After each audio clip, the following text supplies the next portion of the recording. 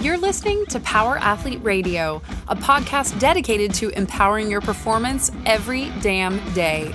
Join former NFL pro and Power Athlete founder John Welborn as he dissects the greatest minds in strength, conditioning, and more. So whether your goal is to be the hammer, destroy mediocrity, or simply move the dirt, you've come to the right place.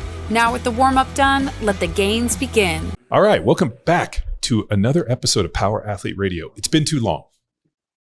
We've been through so much. Our friendship has lasted the test of time. I feel like at this point we could be engaged and married. We've been friends, we've been working together. We've been doing this programming thing and really just been in close contact for over a decade. And it's sad when I went back and looked and you were like in the 200s on the podcast and now we're in the 800s. So I felt it was time to bring back the man, the myth, the legend, Mr. Dave Spitz to Power Athlete Radio. Thank you. Thank you for having me. It has been too long. I haven't done any podcasts in a long time. So I'm facing obsolescence. This is important for me. How come? Did you just get out of the rhythm of doing podcasts? Or you just it got stale? Well, I think the situation has changed for me dramatically. I've gone and made a big bet in the brick and mortar space. So I've opened a second Cal Strength location and then opened a larger, more all-inclusive club called the Club at Los Gatos. And then which is beautiful, which is amazing. Yeah. Yeah. Thank you. And then went ahead and built a restaurant out with a couple friends too. So I've kind of just been stretching my legs across these other disciplines, and the media stuff has kind of taken a back seat, but that's all about to change. Nice. Well, I'm glad to have you thrusting yourself back in front of the camera and back in there. You have so much to contribute. Not only training Olympic lifters, but working with high-level athletes and NFL players and really just, developing people for the combine and just for greatness, man. I'm a little surprised and also a little stoked that you kind of pulled the Kaiser Sose and fucking smoke bombed it and went behind the curtain just to work your magic. I appreciate that, but I'm excited to kind of dive in and talk about some of the coaching philosophy changes and some of the things that are new in my ecosystem and my way of thinking about how to add value. Well, since you haven't been on Power Athlete Radio in a long time and you've been kind of off the podcast circuit, I love talking about origin stories. And I think your origin story is so fascinating, especially with Abajev and the Bulgarians and kind of how you got back into this coming out of USC and wanting to, really make a run in terms of Olympic lifting. So I'd love to just basically kind of rewind the clock a little bit and kind of reboot that origin story because I love hearing it. Yeah. Well, I'll give you the very quick rundown. So for those that don't know who I am, my name's Dave Spitz, and I was an athlete at USC. I threw the hammer and the shot put and always had this dream of going to the Olympic Games. And ultimately, when I finished my career at USC, I was not in a position to make that dream a reality. And so I went to work and started a company and created a little bit of a financial nest egg for myself. But something was missing in my life. And, as I kind of searched back to the time I was happiest, it was when I was engaged in competitive athletics. And the idea that, regret lingers, disappointment fades. I think I've used that line on this podcast before. It really kind of hit me that I really had this deep regret for my lack of effort and my lack of focus when it came to accomplishing this athletic goal. And so I set out to go and give athletics another run, but this time under the auspice of Olympic weightlifting. So I found a coach, picked up a barbell, and started Olympic weightlifting in my later 20s, which is far too late to adopt the sport. But, I've always been blessed with irrational confidence. And so I went on this journey, and this time around, I was committed to making sure that I invested fully in the process and that I really made an effort to make sure that no stone was left unturned. And so ultimately, where that led me was to a tiny country in Eastern Europe called Bulgaria. And I sought out the best coach that had ever produced athletes in the sport, Ivan Abadjiev, the architect of the Bulgarian system. I went and trained with him for a couple of weeks and kind of just forged a relationship that ultimately evolved into bringing him to the United States. So how did you get in contact with him? Did you write a letter? Did you send smoke signals? I mean, was it Morse code? Like, how did you get in contact? You wanted to, train in the system. You knew this person existed, but Bulgaria might as well be, it's near Afghanistan. So, I mean, it's pretty far away, Eastern Bloc. Like, how did you get in contact with him? Yeah. And he wasn't in the capital, he was in a small village outside the capital. So I would have never found him, except for I was donating some time at the local high school that I attended as a throws coach, and a kid came out to throw the shot put, and he was just remarkably gifted, like just could produce power like nobody had ever seen in high school. And so when I inquired about his parents and were they athletes, it turned out his father was a silver medalist in the 1972 games in Munich for Bulgaria.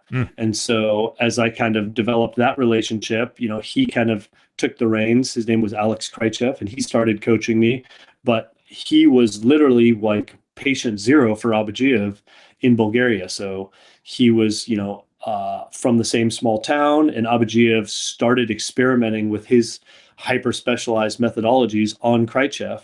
And so ultimately, he was the one that said, you know what, we need to go and find Abadjiev and figure out what's changed since I started training and how to take this to the next level. So he made the introduction. Wow. I mean, talk about fortuitous. Just so happens a kid shows up. I mean, had Abadjiev's name kind of been in your mind, or was it something that you saw this young athlete come out that was extremely dynamic and he's like, oh, my dad was a silver medalist for Bulgaria, and then you did the research, or as soon as he said it, did you know, like, oh shit, Abadjiev? Oh yeah. Since I was young, I was born in 1977. So I distinctly remember, in the early 1980s, these Bulgarian weightlifters appearing on the Olympics and just being enthralled with the movement and the amount of weight they were lifting relative to their body weights. And so I had followed Abadjiev's trajectory all the way into high school, and then ultimately when he was banned from the sport, I kind of stopped paying attention, but it was always in the back of my mind that this was one of the greatest coaches in history. Wow. So when you looked at the different training systems of the Russians versus the Bulgarians, I mean, obviously the Russians, conjugate system, no more than 3 weeks above 90%, and looked at a lot more classical periodization, whereas the Bulgarians were more like, hey, we're going to take all these really tough people and we're just going to throw them in like the ultimate Game of Thrones moment and see who's the best. Was there ever a moment where you thought to yourself, like, maybe the Russian system might be better for a 20-something-year-old individual who, didn't start Olympic lifting at like 4 years old, but like maybe that this system could blossom in a kind of an older athlete? Yeah, I think that my level of thoughtfulness in that regard was non-existent at that point. It was like, these are the strongest people. They lift the biggest weights. That's the system I want to challenge myself with. So there was no thought to whether I could be successful or whether I could thrive in that system. I knew that was what I had to do. Then, as the system kind of failed me, I went back into the Soviet literature and read everything from Isrin to Medvedev on down the line, and realized, like, okay, there is a data-driven component here. There's a smarter way to do this, and maybe we could marry these two systems in some way.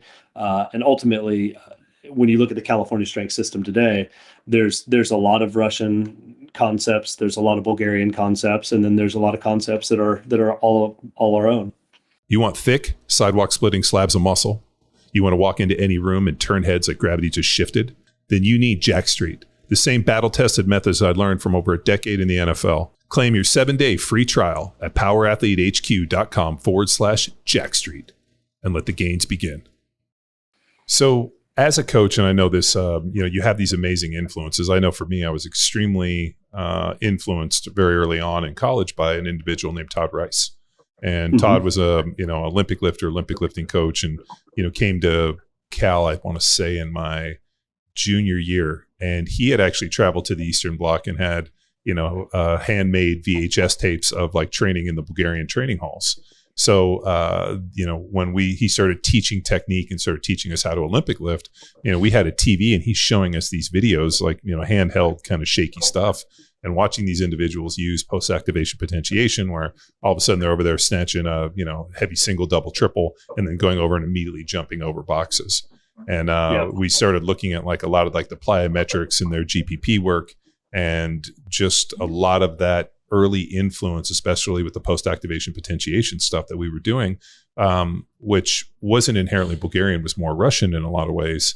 But that ended up like seeping in, and like that was like the basis for the majority of my training through the NFL. Do something heavy and then move really fast straight after, rest and recover. And I remember watching those early training videos, and it was funny because those guys were all wearing like sweatpants, Olympic lifting shoes, no socks, no underwear, no t-shirts, and smoking cigarettes. And they're over there like just like lifting monstrous weights, and the violence at which they lifted those weights was kind of inspiring. Like I remember like watching a guy snap the snatch out and being like, oh, that makes sense. Or like the I guess you could say the fucking courage to be able to pull themselves under that weight as violently as they did, and then stand for it to crash and then stand up. Like those, like watching those videos were more impactful than any coaching, where I was like, oh shit, that's how they wanted us to lift.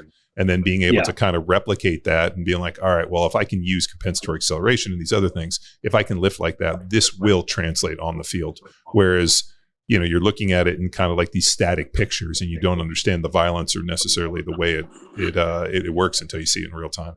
And this is pre YouTube. That violence is spawned from desperation, right? Like these athletes were forced to go through this type of training because the alternative to not being successful on the national team was so bleak. It was, Bulgaria had some of the most oppressive communism in the Eastern Bloc. And so the idea that you could unlock just some small shred of liberty, whether it was being able to own a car or live in the city or be able to travel and see the West, like the violence that you talk about, that is just sheer desperation. That's a human being just fighting for their life. And so when you see that, like you say, it's much different when you watch a video or you see it live versus a still picture, because you can really feel their emotional state. And that's really what I kind of learned and gleaned from Abadjiev is, the Bulgarians were heavily influenced by the Russians in a lot of ways, but ultimately his system really relied on just an extreme motivation structure and how to create that in a world where we have abundance on abundance in the United States. How do we create that or somehow infuse that kind of like desperation into our lifters? That was really kind of the problem set that I initially set out to solve with Cal Strength. Do you think that you can replicate it? I mean, I know those guys were probably in a much different situation. I mean, so for those of you guys that are listening, there's a really famous old movie with Clint Eastwood called Firefox. Do you remember this movie? And so I remember this movie. Right. One of my favorite movies. Like we had it on VHS, and we were growing up, we had like 5 or 6 VHS tapes. Like one of them was like Rodney Dangerfield, Back to School. We had Revenge of the Nerds. We had like Weird Science. But Firefox, great outdoors. Yeah, everybody had great outdoors. Yeah, everybody. So Firefox was like one of those movies where like, if my dad wanted to like, hey, like put on something I watch, we'd like Firefox because it had like the Russians and the Cold War. And the basic premise of the movie is the Russians have this like incredible plane. And instead of like trying to steal the secrets, they're just going to go steal it. So they get Clint Eastwood, who speaks Russian, and they put him in, and you see him like navigating like the KGB and like how like, treacherous Russia is. And he ends up getting in and stealing it. It's a pretty, deal. And then he's on the phone with, obviously what is, I guess, is Gorbachev, who's like, the premier. But like seeing that is kind of how I've always kind of pictured, much more than like, Top Secret with, Val Kilmer, but like that like level of like just psychoticness. And then imagining those people living in that day in and day out where everything is analyzed, and then, obviously going to college and, reading about Marxism and, Stalin and just like the oppressive nature, and the fact that like, here's this little country in Eastern Bloc that somehow becomes great because they took whatever their people have, which was hate, fear, or the desire to survive, and put them into a system that just allowed them to do very, very well. I just wonder if that, like, you were able to replicate that in such a way here. And I just don't know if you can without growing up in that. Yeah, no, absolutely you cannot. But the idea that this deeper level of motivation is required to do these superhuman feats, like that's really what the end philosophical change was in my approach, right? Where it's not just work hard, it's not just evidence-based training. It's like, how do we infuse you with a deeper level of motivation? How do we cast this reality distortion field around you where it convinces you or motivates you that you can do the impossible? And so we can talk about how psychologically we tried to at least manufacture some of that. But at the end of the day, you're never going to replicate exactly what they had, because day-to-day life in those environments is so transactional, right? Like, you're trying to win the next day. You're trying to win the next transaction, right? Every interaction that you have, it's like you have to win just to kind of hoard and keep and survive what you accumulated for that day. And so when you marry that to training, it's like you're winning every transaction, every next rep, every next lift, every next day, you're trying to win. And so there's no long-term outlook on what's this going to do to my body? What's this going to do to my psyche, 10 years, 20 years down the road. They're focused on immediate, like, what can I do to win today? What can I do to win this rep? And so that's something that you're never going to be able to replicate. Was there ever, so how did you replicate? I mean, you made allusions that you did replicate it, or you attempted to replicate it. What type of things did you implement at Cal Strength to kind of create this almost microcosm of Eastern Bloc Bulgaria? Well, the first thing I did was I made us the bad guy, right? So I made Cal Strength the villain in everyone's story. So I wanted Cal Strength to be loud, to be obnoxious, and I wanted to capture some of that and transmute it onto the internet so that we would start to get like this us versus them mentality. And so that built team, that built cohesiveness, that built kind of an understanding that, like, hey, we were the bad guys in this story, and we need to do whatever is required to win. And so I kind of framed Cal Strength in that light on our YouTube channel, and then just simply pointing the camera and giving these guys a platform inspired some accountability right off the bat, right? So it's not just like, if you miss this lift, you're not just missing it in front of me, you're missing it in front of thousands of people. We're posting this shit whether you make it or not. So, here's your challenge. Are you going to answer the bell? So this was creating that. This was early in YouTube as well. I mean, you guys had a massive fucking YouTube channel early in YouTube. I mean, I remember, like, we weren't even on YouTube, and I remember clicking on, and you guys had like hundreds of thousands of people.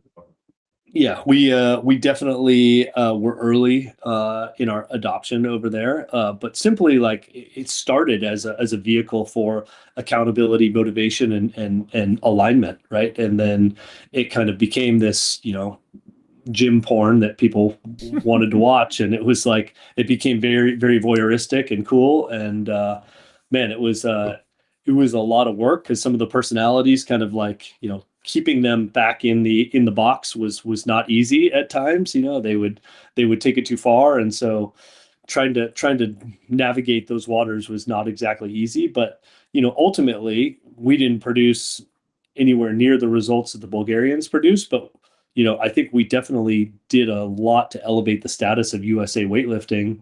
There was I remember with Donnie Schenkel came home with a bronze medal from the Pan Am Games in the clean and jerk, and that was like Americans weren't doing that. And then fast forward a couple of years, and Wes Kitts is setting Pan Am records and winning Pan Am Games gold, with ease, while training through it. And so we definitely elevated the level of competition through the methodology. Whether we got to the point where we could win, a medal at the Olympics, we didn't quite achieve that goal, but we definitely did a lot to kind of lift the level of competition. So as Cal Strength was obviously growing, and you were, creating this villain, creating this narrative with your world-class Olympic lifters and like weightlifters, how did the NFL aspect come into it? Was it something that, like agents that you were familiar with from USC or different individuals saw like the level? Because I do remember seeing like Donnie Schenkel and these individuals. I think it was John North.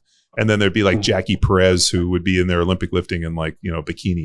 And it was such like an interesting like dichotomy of like, Donnie Schenkel was kind of this older dude. I still remember this like it was yesterday, that when they asked him about cleaning, and he's like, it's like trying to rip the head off of a lion. And then you had like his kind of like gym friend, arch nemesis, this other evil character, John North. And then like Jackie Perez, and then a host of characters. How did the NFL players and the prospects kind of work into this?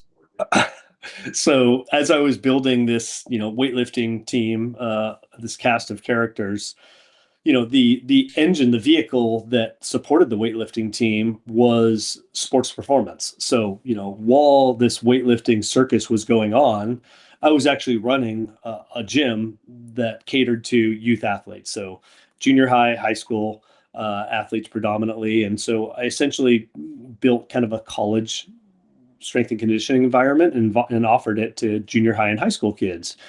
And lo and behold, some of those kids had a lot of success and went off to college. And the first kid that actually made a name for himself in college, his name was TJ Ward. He went to the University of Oregon, and he came to me and said, "Hey, guess what, Dave? You're prepping me for the combine." And I was like, "I don't know anything about the combine. Like, I'm not the guy. Like, I don't know the first thing about it." He's like, you know movement, my body, and I trust you, and I don't want to go anyplace else. I want to stay home. So you're doing it. And I was like, fuck, okay, here we go. So I built a plan, worked backwards from the anchor date of the combine, and, did everything we could to support him, and did a reasonable job. And he ultimately had a great performance in Indianapolis and was drafted in the second round. And then from there, it's like, there's not too many people in the Bay Area that can do this stuff. And Stanford started to have some success, much to your chagrin, I'm sure. But, we sent a couple kids over that way and watched that Stanford team go from like a 1-11 under Harbaugh to an 11-1 team. And we were present. And so it was very organic. It was kids that had success that we sent off to college, that came back. And then as we started to have some success with those kids, more agents kind of saw what was going on, and more college kids, watched Cal Strength on YouTube and were reaching out. And so we grew it from there. And so I think this is now my 16th NFL scouting combine. So we probably have 35 active roster spots in the league right now. I only work with 15 kids a year. That's my absolute max. But the program has evolved like immeasurably since day one. So it's been super fun to work with these guys and be on the journey. And it kind of just gives me another point of like proof of concept for, we know what we're doing. We're in the fight. We're actually like testing ourselves every year with quantitative data and making sure that the outcome is meeting the needs of the players and the clients that represent the agent. Well, so. and not only are you prepping guys for the combine, but then you're actually former players are coming back to continue to train, because I mean that's a interesting piece. During my NFL career, the off-season training was not nearly the degree it is now for the NFL teams. The NFL teams are paying these guys so much money that they have invested so heavily in strength and conditioning and performance and like facilities and wellness. I mean, like the facility that when I first came to the Eagles, we were in a fucking broom closet. And I remember leaving there and going and training down in Florida with Raphael. And they were like, how come you're going to train here? I'm like, because I don't want to work out in a broom closet. I mean, now, and then a couple of years later, we're at the NovaCare Center. I mean, the facilities and the investment in these teams, I mean, it's just exponential. So, the fact that you have former players coming back to train with you when they do have these facilities and whatnot is a testament to what you guys have done. Yeah, and the guys that are training off season, we'll have a transient population where they'll spend a couple weeks with us, just kind of like tuning some things up, getting right. But the NFL has gotten so much more sophisticated, like you said, with their facilities, with their coaching staffs. Like I always tell the guys, like, what are you doing here? Like what you've got over there is it's so ridiculously good. Like, I can support you from an arm's length. I respond to text messages and give you love and guidance. But at the end of the day, like what you have built in is a dream come true. So use it. Well, yeah, I mean, if the facility and the quality was as good today, I mean, I would probably have never left. I mean, these guys, like, the food, the meals, I mean, but there also is something to be said about just changing the scenery, going someplace new, get out of the building. Yeah. Which is what I really needed. And, but at the end of the day, the facilities, I mean, it's really, pro sports in the last 2 decades has evolved to the point where it's almost unrecognizable to kind of what we saw early in those days. So as the one thing that, as I was kind of going back and taking notes, Cal Strength has always been known for its culture. Right. So with like your more polished facilities and this kind of broader clientele and this bigger move into like, the club at Los Gatos, which I've been to, which is amazing. You guys are ever in that part of the world, swing by and see it. They got cold plunges and saunas and some of the best equipment and an amazing place to eat, which I think is always a big plus. But as you've kind of evolved into this kind of more polished facility and gotten away from a little bit of your roots, how have you actively maintained to like keep that original identity and intensity? Yeah, I think that it's been an evolution.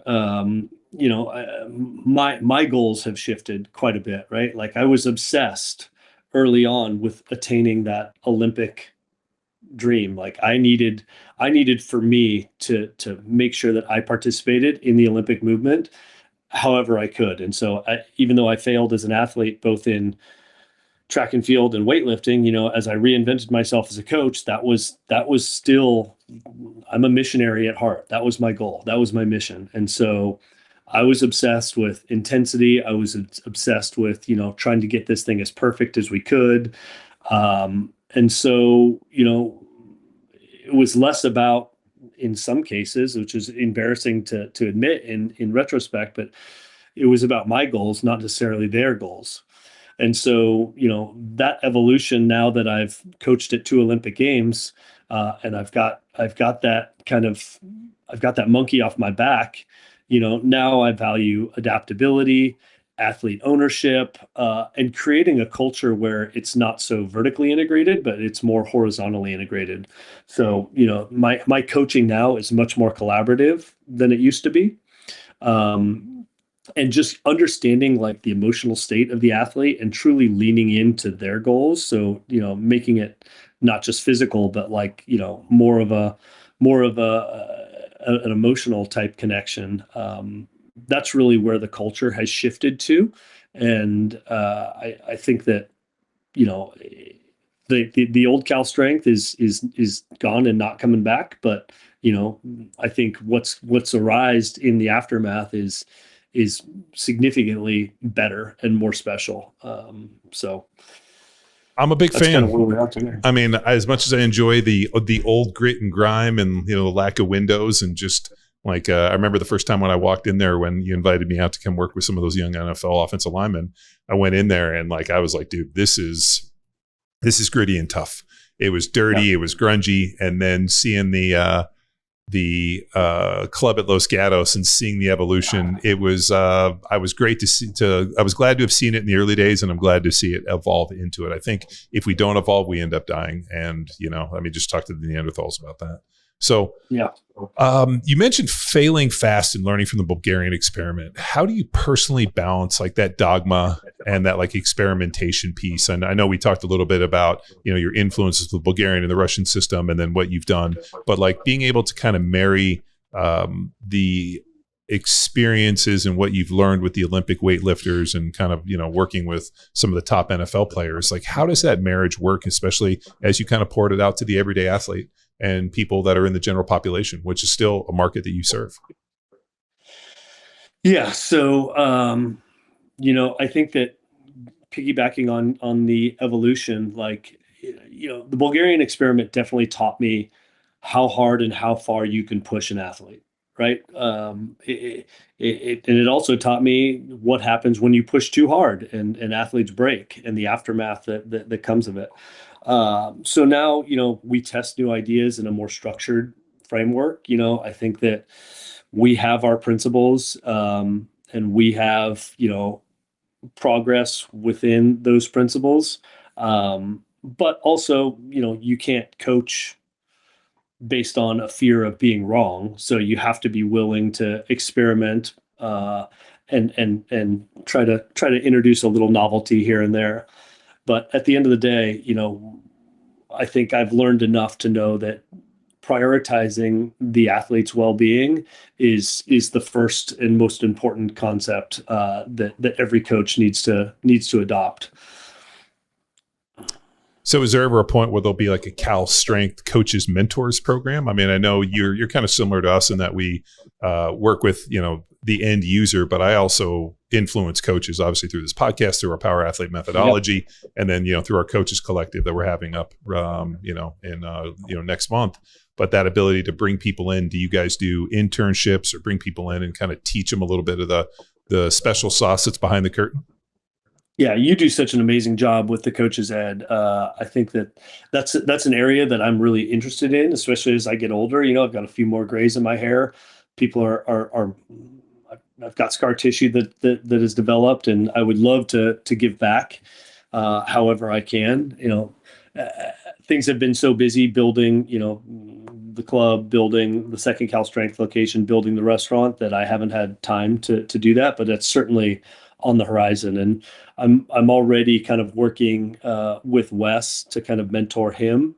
So Wes Kitts, two-time Olympian, that we worked with. I've kind of elevated him to a Cal Strength coaching status. Helped to seed kind of a program at his gym in Tennessee. Is that where he's living now? So he's out. Does he have a facility out in Tennessee, or is he coaching athletes? Yeah. Nice. He built his own gym, so he's got a cool weightlifting component, got kind of a functional fitness CrossFit component, and that's what he's been up to. Although we might get a surprise dial in. I think he's got some other things cooking that we can talk about if he's amenable. I would absolutely love to tap him in if we could. I'm super excited if we could drop that information. Through the Everyday Athlete, we've actually covered the Enhanced Games a few different times, and one of our guys, Charles, has gone out and interviewed all those dudes, so knows all those people. I'm pretty well prepped on it, so maybe we could get him in and talk a little bit about it. So you did bring up something that we talk about more than we should, but just the idea of scar tissue. And, when we use, scar tissue in terms of coaching and life, you have to go through trials and tribulations, failures and successes, and you kind of develop this scar tissue, which prepares you to be able to not only work hard, but actually, when you see something, be able to go 100 miles an hour into it. Is there any regrets or disappointments or anything or lessons learned from those coaching days that you kind of play forward, that play in your mind when an athlete comes in? You think, oh man, I made this mistake before and I have this. And I think what happens with a lot of times with young coaches, they don't have that breadth of experience. They don't have that scar tissue. And it's something that I look for, especially in, looking for friends and mentors and looking for, kindred spirits like we are. That scar tissue is so important. Yeah. Well, I mean, I think that that scar tissue allows you to develop a level of pattern recognition. So, when you see an athlete come in with a certain psychology and presents certain physiology, like you kind of can predict what to expect before it even happens. And so being able to kind of utilize that expertise that you've accumulated and be able to kind of predict what's next type thing, allows you to program much more effectively. And so I think that that's a big part of what we can do as mentors is kind of like educate people on these pattern recognition points so that you can ultimately become a better coach. But I mean, it's programming is one. When people ask me about programming, one, you have to have the confidence to put it on paper. Two, you have to have a large enough data set to be able to implement it, and you have to have a way to be able to collect the data, and then understand that within the bell curve you're going to have outliers top and bottom, and that for the most part, when you're writing training programs for, let's say, the general masses, you have to write into the middle of the bell curve, and then you have to be able to give people enough nuance to be able to adjust it up and down, and then realize that it's a lot better experience if you can show up here for a week and I can put you through all the diagnostics and train and see where you're deficient, like I was able to do with, Victor and, Philippe and the guys. Victor's competing at the CGI2 this weekend and being able to work with, a bunch of professionals. But, that's one of those kind of, I guess you could say, luxuries that a lot of people just don't have. So you take those experiences and you kind of port them over, but kind of, I think what's allowed us to do it is just we've had more opportunity, more time, and just more data sets. Yeah. So what do you, I have a question for you. So these elite athletes, and obviously you were an elite athlete. What's the common thread that you see between the elite athletes and these everyday athletes that you talk about? For the most part, I believe that everybody wants to get better. Now, I think for elite athletes or for people that are competing at the highest level, they look at the training as a vehicle to greatness. So, like I said, I, worked with, Will Fries, who went on to play for the Minnesota, or, signed a big contract, Minnesota Vikings, worked with Victor and those individuals. Like, the training is just a vehicle that has to have some form of meaningful feedback. Like if we do something in training, or, there's a training block that we worked back into and, their conditioning's off, or they're not feeling as good, or they're not moving as well. And so being able to actually view them not only on the mat, but in their training environment, to be able to understand. And one of the best compliments I got was actually from Shanji, who's their coach. He's like, man, they're strong in positions they shouldn't be strong in. There were certain positions I could get them into where I knew I could pass because they weren't strong. Now, all of a sudden, they're much more able, like they're more fluid. They're able to display their athleticism. And one of the interesting things he said to me about Victor is he goes, Victor is not an incredible athlete on his feet, but the minute you put him on his butt or you put him anywhere off his feet, his level of athleticism is incredible. And his athletic problem solving is really good, and it's improved. So having somebody who is kind of a mirror for me, obviously we're in the strength conditioning world, and, getting them there and using all the levers and tricks that we have, but having somebody who has a much more detailed eye, like let's say a position coach, you're working with a tight end or an offensive lineman, and the position coach, rings you. It's like, man, I don't know what you guys are doing, but this kid is much better. You've given me much sharper implements to fight with. And that to me is how I know I'm going in the right direction. All the sets and reps and numbers, and, we used, different rep ranges, and they got stronger. And like, I knew the quality of the movement was better, but then like little things, like I'd get that from Shanji, or Victor came in one time and we had done a bunch of like kind of focused muscle contraction blocks, kind of like like taking a little bit of a page from triphasic, but kind of adapting it in a different way. But he made a funny point where he said, the massage therapist he'd been working with commented that the tissue quality improved in his legs.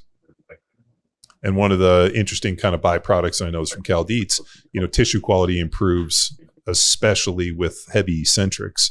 That, while eccentrics aren't necessarily a massive driver for hypertrophy in terms of remodeling tissue, eccentrics are vital, also connective tissues and, tendons and ligaments, and also for driving strength. And so after we got done with that block, that was an interesting piece that like the ladies, like the tissue quality, like the tissue feels different. It feels healthier. It feels better.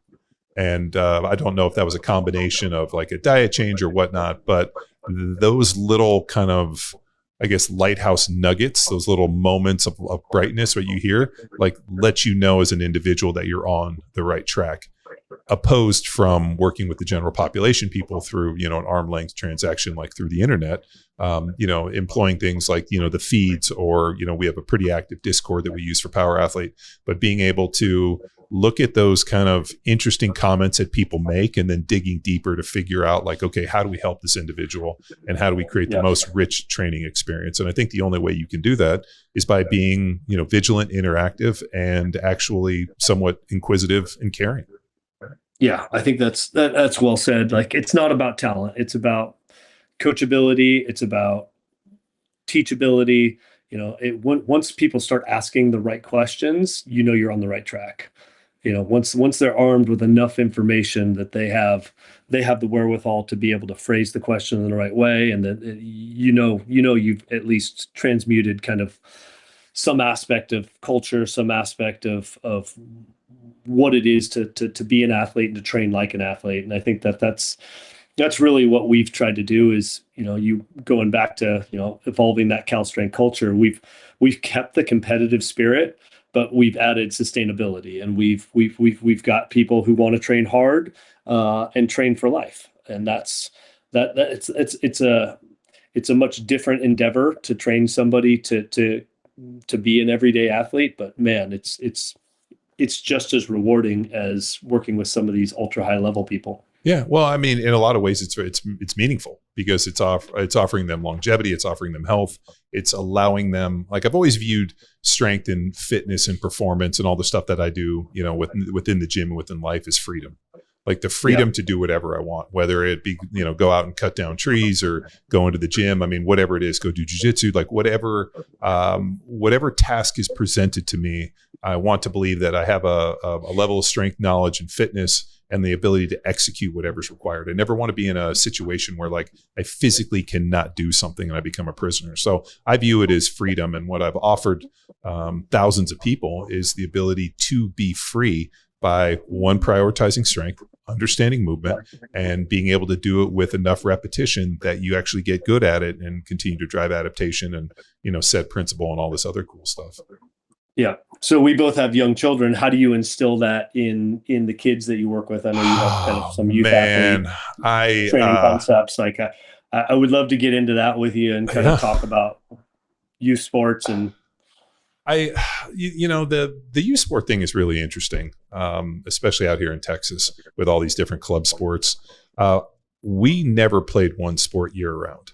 And what's kind of interesting is they kind of like port you in, and it's not even like on purpose. It's just because the way that they have scheduled everything, like it's very difficult to do multiple sports. So my daughter Jamie plays basketball, and she plays at the middle school, and then in the off season she plays for the club team. And like the club team is like, he has practice like 5 nights a week, like Sundays they practice. And I'm kind of against it, but then I go to her practices and it's amazing to see how much better and how much she's grown. Like I remember when she played last season, she's like a completely different player. And as I was watching practice on Sunday, the funny thing I do is I sit there and she's left-handed. So obviously she's got like kind of a little bit of a different gait. Like she goes a little different way, but I'll kind of sit there and watch it as they're kind of shooting, doing their 3-on-3. The practice that she was involved in on Sunday was more well-run, better tempo, and at a higher degree of execution and attention to detail than any basketball practice that I had through even high school. Yeah. And so what I do is I kind of sit there and watch, but I'm really shitty at watching. So if she misses a shot, I do 10 push-ups.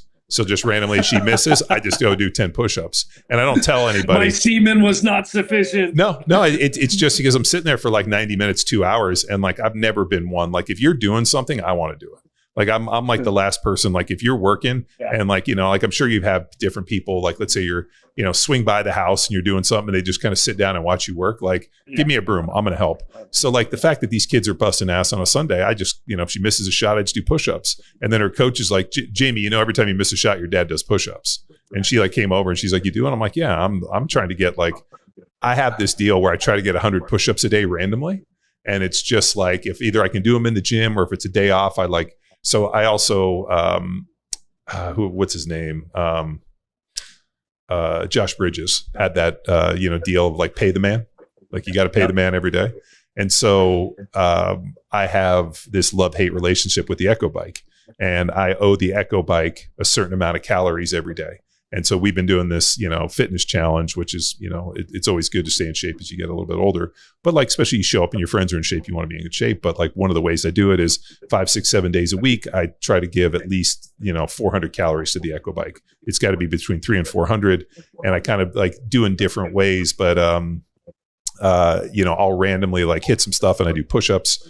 And I just like in my mind, I'm like, hey, I owe the Echo Bike. It's due every day. I owe it some calories and I owe some push-ups. And people ask me why. And I'm like, because I can. And, there'll probably be a day where I can't ride the Echo and I can't do push-ups.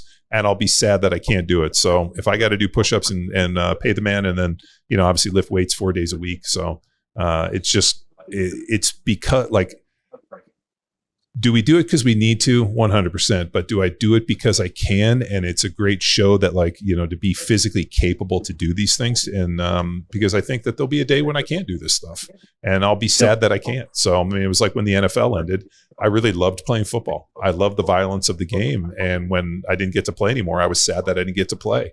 And I almost regret not enjoying it more while I was there. And so I've taken that life lesson and I try to enjoy all these little things much more. And I mean, it's, as it's as you're, building a business and going through all the trials and tribulations of everything that we do, sometimes you lose sight and you lose sight of what's most important. And that's, your kids and seeing them grow and, being in this thing we call life, because which eventually it'll end and we never know when it will. I just sometimes like, getting on the bike, thinking about it and like remembering to tell my kids I love them and do push-ups and all these funny things is just a way for me to stay present and not feel overwhelmed by getting pulled in 4,000 different directions. Yep. I've got a saying, never do nothing. And so I'll catch myself whenever I am doing nothing, like, what are you doing right now? Like, so whether it's getting a little microdose of conditioning in or whether it's, hitting the sauna, or whether it's, like picking up and reading something that's interesting or going over and just having a conversation with my kids, like that never do nothing mantra kind of keeps me present, and it kind of spills into like, hey, never eat nothing. Like, you don't just go buy a bag of Doritos and grab a handful. Like you eat with intention. Yeah. You live your life with more intention, and it just brings you more present. Like that whole, I despise nothing. Like, well, there's never a time for that. I hung out with a mutual friend of ours recently, and as we were kind of doing some work going through a project, the one thing that I think maybe threw him for a little bit of a loop, and he's like, man, it's rare that you meet people that everything they do, they want to do a good job. Like if I'm going to invest my time, if I'm going to invest my effort or my money, like the level of investment is so, I guess you could say like so extreme where like, I'm like, if I'm not like, how do I put this? I'm not going to just randomly do something and not do a good job. If I'm going to invest my time and agree to do something, or I just won't do it. I was talking to Andy Stumpf recently, and Andy's like, hey, in life, it's either a hell yeah or a fuck no. And he goes, there's nothing in the middle. I'm either in for a fucking penny in a pound or I'm not doing it. So people ask me to do stuff all the time. And it's like, there's no kind of like, no, it's either a fuck yes or a fuck no. And that, as I was telling him, I was like, I have this really interesting fear of failure, and I don't want to let anybody down. And so if I agree to do something, the level of detail at which I will do it will be so high because I have such a high standard for myself. And, and especially, if you have a wife and a kids and family and athletes and different people depending on you, like you got to shoulder that stuff, and they're expecting you to do your best, not just average. And I think what was a little different, especially in the NFL and in life, once you get out, you realize that a lot of people are just like phoning it in. It's just kind of average. And that was very difficult for me, especially, in business and having employees and being like, what do you mean you're not going to die on the sword? And so with training athletes, especially working with the professional ones, where this is how they make their money, this is how they make their living, this is who they are. That to me is a very easy conversation, especially in the training space, and being like, this is what we do. This is our identity. This is why you're here. I shouldn't have to motivate you. And I've never felt like I had to. And that was an interesting thing working with general population, especially when we owned a gym, is when all of a sudden you want it more for the person than they want it for themselves. And it's not that important to them. So I think in a lot of ways, working with professional athletes and people that are high level performers, like that level of like detail and want and desire to be the best is really what I find to be very intoxicating. Yeah, but transmuting that into everyday, like general population, like you just said it. Like if anything worth doing is worth doing really well. So this whole concept again of never do nothing, like this whole concept of regret lingers. Like if you don't give your all to this situation right now, whether it's family, whether it's training, whether it's nutrition, if you're not giving your best, like you're going to regret that down the line. Yeah. You may be disappointed when you fail, but I try and instill in everybody we work with, like, I never want you to regret your part, right? Your part should be whatever was required. That's what you tried to give. And I think that's important. And so, I think that again, circling back to the youth sports, like the idea that we can instill in these kids some of these traits is really important. And what I've seen, especially in our area, I'm in Northern California and we've got a hyper competitive kids landscape as well.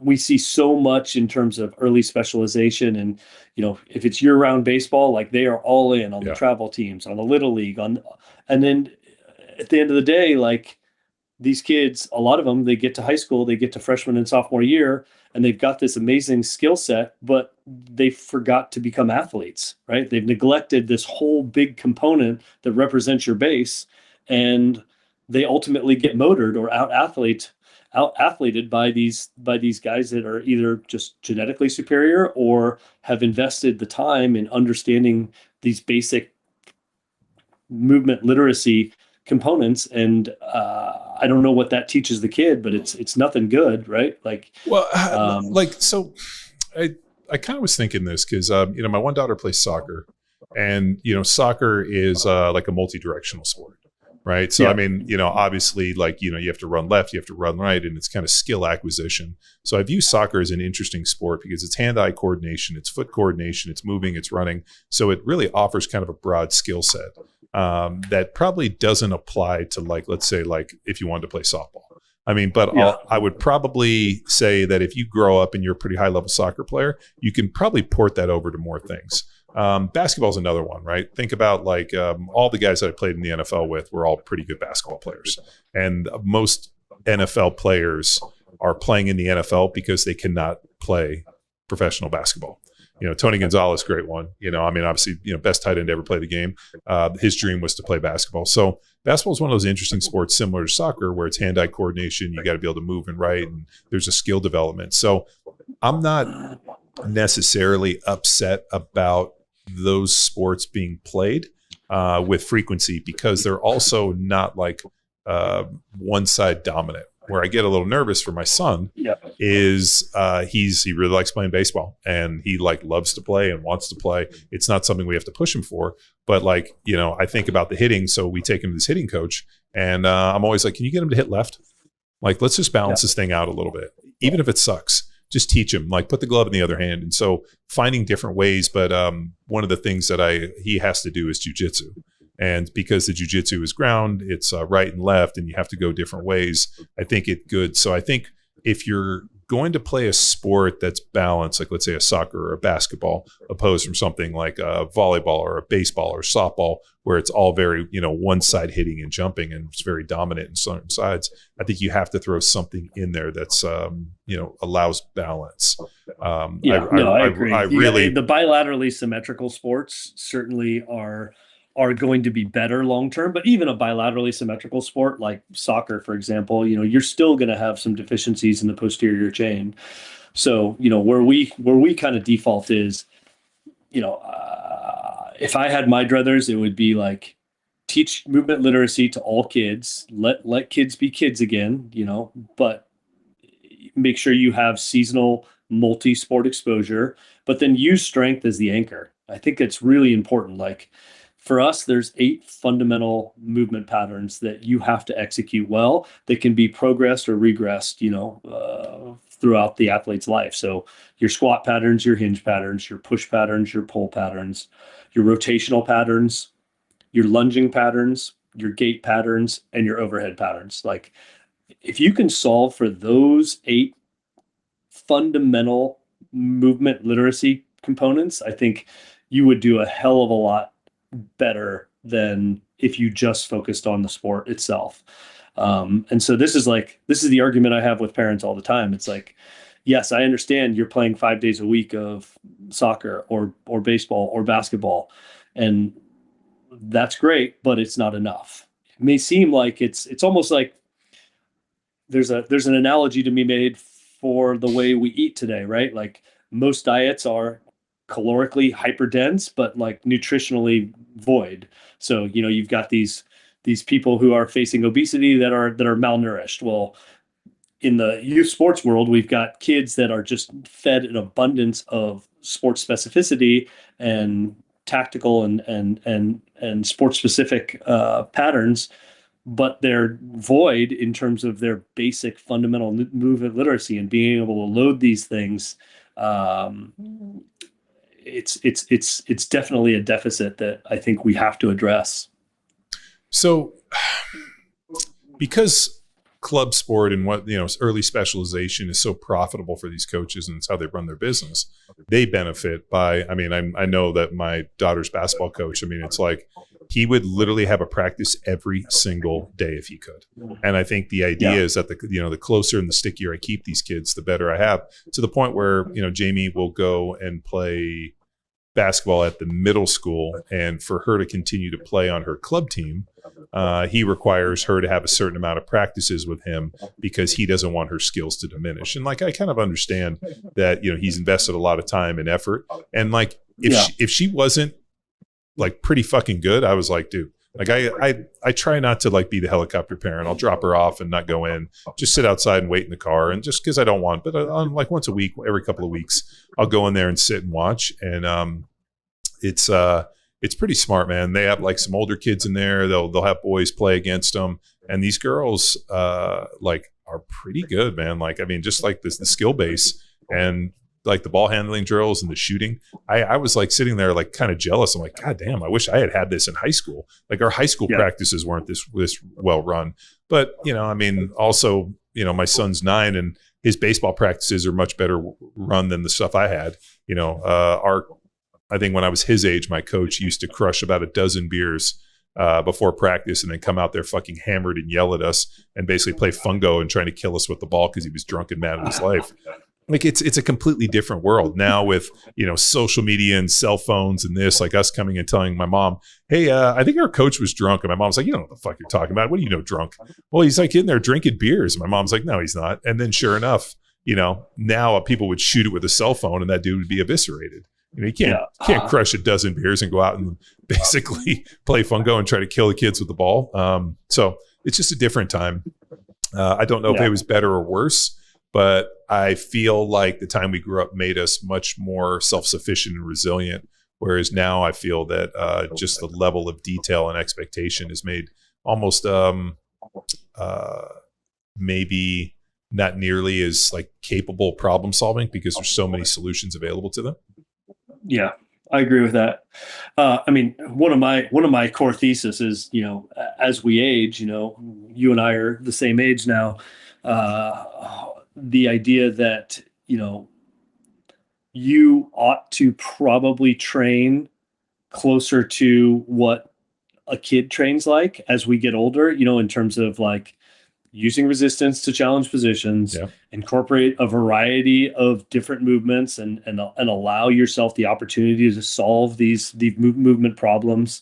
Try to execute things with a high range of motion, right? Like really high degree of range of motion, like not a bunch of just bullshit static stretching. And then keep volume lower, right? And intention ultra high. Yeah. Like so intensity high, volume low. But intention high, right? Too, right? Intention, like the idea that you're really focused on executing really good movement patterns. Well, I mean, we lose so the people that start this fight early, and especially in like the movement piece, some of the guys, like some of the older guys at JITS, you can tell have not done the extra mobility and movement stuff, like just being able to, get in different positions. But I also wonder too, if those individuals were not athletic to begin with.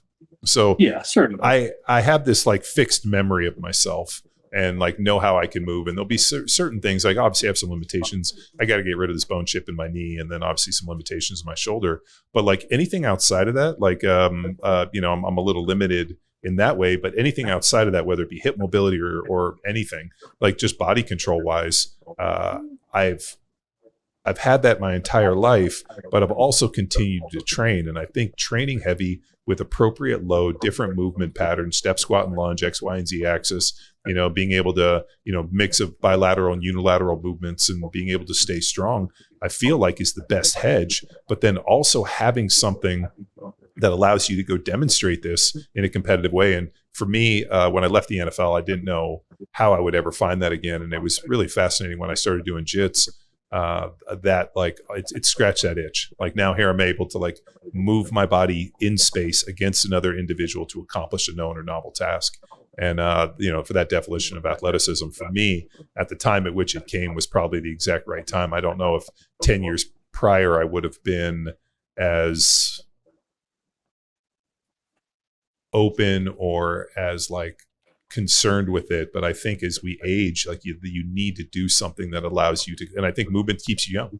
I think if you continue to move and walk, I mean, rotation, we had David Weck on the podcast. I don't know if you know him, but Weck's idea of like the coil and the spine, I mean, he's taken it like a fucking orders of magnitude higher, but it kind of makes sense in terms of like rotation. I mean, one of the things that I've really noticed with jiu-jitsu, especially older guys and a lot of people, is that idea of transverse plane, right? So like your ability to hear and be able to rotate and be able to move and that trunk stability. I mean, just those basic movement patterns are so fundamental, but yet if you're never in that position and you don't really train that way, then you never expose it. And it doesn't become, because we're so kind of sagittal and kind of fixed in all these different ways. But I mean, that's sport. That's what you need to do to be a good athlete. Yeah. So those movement patterns are really important. And then, like you said, like incorporating like a variety of muscle actions. Like a lot of people are just going to the gym and just hitting straight concentric work, right? Like, let's build in the eccentric, let's build in the isometric. And then I think mission critical, especially for older athletes, is varying the velocity of movement, right? Like you got to be able to continue to express force properly, right? You have to be able to move your body fast. I mean, I have a saying, like stop sprinting, start dying. Like it's just that simple. If you lose the ability to create force rapidly, like your rate of force production, I think is probably one of VO2 max being number one. I think rate of force production probably being number two in terms of like a proxy for how old you are. So if you're afraid to sprint, like, well, damn it, there's a reason why you're afraid to sprint. Like there's chinks in the armor there. If you're afraid to jump, if you're afraid to execute a clean or a snatch, like we got to start solving for that. Yeah. And is that because it, one of the mantras with Power Athlete and even for, most people has been this idea that, you're an athlete for a lifetime, right? You're going to be gifted this body, you're going to be gifted this thing, and that you have to, have this high level of constant vigilance. so that you can, maintain and keep this thing healthy. Is that narrative? I mean, I saw it when we were at the at your place in Los Gatos. The fact that there was some younger kids and there was older people, like everybody looked pretty fit. There was definitely a feeling of like healthy individuals. Now, obviously, it's the curse of the gifted. The people are showing up there because they're obviously paying for it and it's something that's important to them. But it was inspiring to see people, and I don't think of us as old, but people who would be older than us in their training and training well and actually having, good equipment and good movement and like understanding the principles that we're discussing here today. Yeah. Well, I mean, it's important. I think we instill in everybody, like, if you want to live long and live well, like you've got to descend from the highest high you can achieve. Right. So wherever that is today, like we're all ultimately going to get some diminished faculties over the years as we age. But if you can descend from the highest high that you can achieve, and I think to your point earlier, if you start younger and you build a foundation, like it's really hard for somebody who's in their 40s to ever really get strong who's never been strong, right? Like strong in I think in you and I's definition of the word, but they can get stronger. But I think it's just so important. Lay the foundation for the kids early, and then that kind of just leads into a lifetime love of fitness and being empowered to know that you can change your body. You can manipulate your physiology in such meaningful ways if you just take the time to learn a little bit and to invest in it. Yeah, I mean, is that a narrative that a lot of people are open to? Or how do we spread that message? How do we make that message more readily available to the masses? It's a great question. I mean, it's been encouraging over the last couple of years to see, the rise of, podcasts like yours and Huberman's and Tia's and, what people are actually just freely talking about who are, not necessarily subject matter experts, but have now like kind of landed on the same spot that we've known that like movement training, that's the best medicine that you can possibly apply at any age, right? Like this is like non-negotiable. This is you've been blessed with this body, take care of it and use it as a vehicle to explore your freaking world. It's so fundamentally important for people's long-term well-being, especially as we enter this new age where it's like, you don't really have to do much, you better manufacture some challenges for yourself. You better manufacture some adversity and some obstacles and some hurdles, whether that's, self-imposed or partaking in challenges like you do through Power Athlete. Like it's just so fundamentally important. And so I don't know what the right answer is to get it out, but I've taken the brick and mortar route to express the message. I've taken the online training route to democratize some of the information. And all I know is I'm not done talking about it until people hear the message. So Dave, obviously we've come close to the end of our journey on Power Athlete Radio, but I do want to end with one little nugget that I want to push out to coaches. What is your barometer for success for a coach? Especially in this like kind of social media heavy world. I mean, we've been going through and looking at, different social media followings, and people have 350,000 followers on social media. And, let's say they got a training app and only coach, 10 people. Like, what's the barometer? Is it social media following? Is it methodology? I mean, like, is it the athletes they work with? Like, how do you like what's your barometer to know if somebody is a successful coach and worth kind of reaching out to and creating a relationship and bringing, into the fold? Well, number one, social media is a tool. It's not a credential. So it doesn't matter how many followers you have. You can't confuse influence with effectiveness, right? Like that's number one. So I view your barometer for being a successful coach is your long-term impact It's not your viral content. It's what have you done to influence the lives of the people that you work with in a meaningful way over a sustained amount of time. And are your athletes getting better? Whether that's your elite athletes, your Olympians and your NFL stars, or whether that's, your everyday athletes. Are they getting better? Are they thriving outside of the gym? That's the scoreboard that matters to me. And I think that's how I gauge whether you've been an effective coach or not. Well, cool.